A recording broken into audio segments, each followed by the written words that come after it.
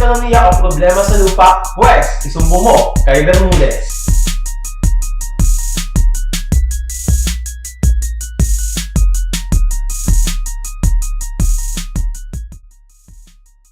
So, nakaraang linggo may trending na video sa Facebook at Twitter. Hindi ko alam kung napanood niyo yun, pero ating panoorin ang nasabing video nito.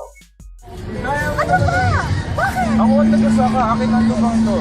Excuse me, sa family namin yung lupang to. Sobra-sobra na ang lupang to para sa inyo, para mag-inyo. So, namin to eh. Ako ang nagsasaka dito.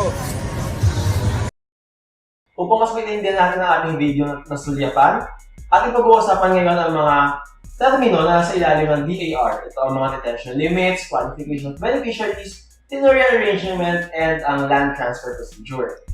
Nandito ang ating mga panauhin na sila Professor Janine Espera, isang ekonomista mula sa Universidad ng Santo Tomas, Department of Social Science, at si Attorney Monica Año-Nuevo, isang lawyer ng Año-Nuevo and Associates. So, Professor, ano masabi mo tungkol sa detention limits? So for now, let us first have an overview of what HARP is. It is basically a program, a social justice and poverty alleviation program as described by our Department of Agrarian Reform that seeks to empower the lives of ARBs or Agrarian Reform beneficiaries through just and equitable distribution of land and ownership of the land, based on the principle of land to the tiller.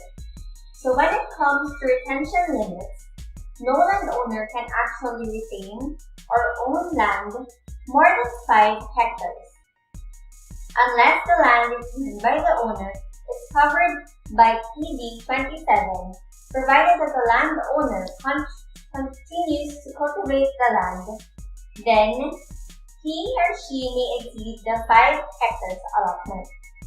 And as well as the landowner may also grant 3 hectares to his or her children, provided that he or she is at least 15 years of age, and he or she is actually tilling the land or directly managing the farm.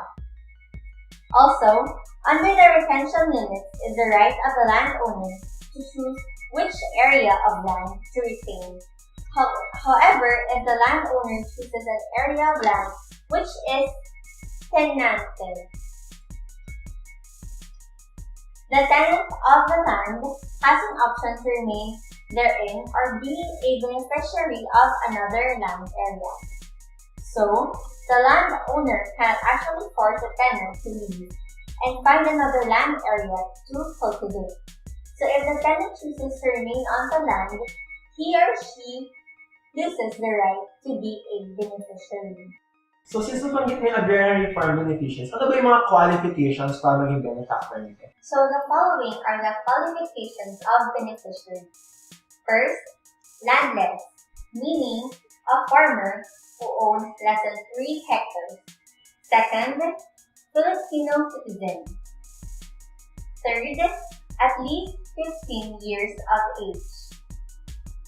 Fourth, has willingness and ability to cultivate the land. The land tiller shall provide the following data to DAR in cooperation with the Barangay Agrarian Reform Community. Number 1, the names and members of immediate farm household. Number 2, the owners of the land. Number 3, location. Number 4, the crops.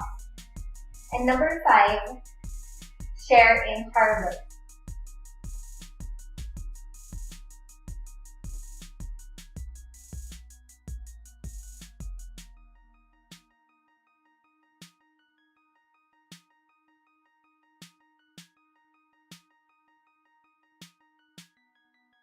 So, attorney, ano masabi mo sa ating mga viewers tungkol sa tenurial arrangements? When we talk about tenurial arrangements in its basic sense, we could point out the occupancy of the tenants on the agricultural land.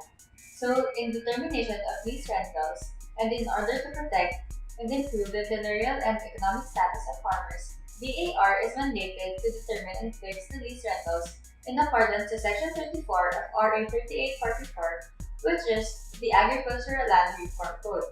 It says here that the Lease of price lands and lands devoted to other crops should not be more than 25% of the average normal harvest during the 3 agricultural years. Also, according to Section 7, it says here that once the agricultural lease hold is established, it shall confer upon the agricultural lessee the right to continue working on the land unless such lease hold is extinguished. So, attorney, ano po ba yung process ng land transfer procedure? To define first the land transfer process, it includes the various processes involving the physical transfer of land ownership to qualified ETARVs. There are 6 steps in this land transfer procedure. The first step is the identification of tenants, landowners, and the land covered by the OLP. Second, land survey, or the sketching of the actual cultivation of the tenant to determine parcel size, boundaries, and possible land use. Third, the issuance of the certificate of land transfer. The fourth, evaluation of land covered for amortization computation. The fifth, amortization payments of tenant tillers over 15-year period. The last, issuance of emancipation certificate of land ownership patent. Naway naliwanagan kayo sa ating mga pinag-usapan sa araw nito. At sana inyong tandaan na kung meron kayong problema sa lupa o problema sa ekonomiya, isumbong nyo kay Bermudez.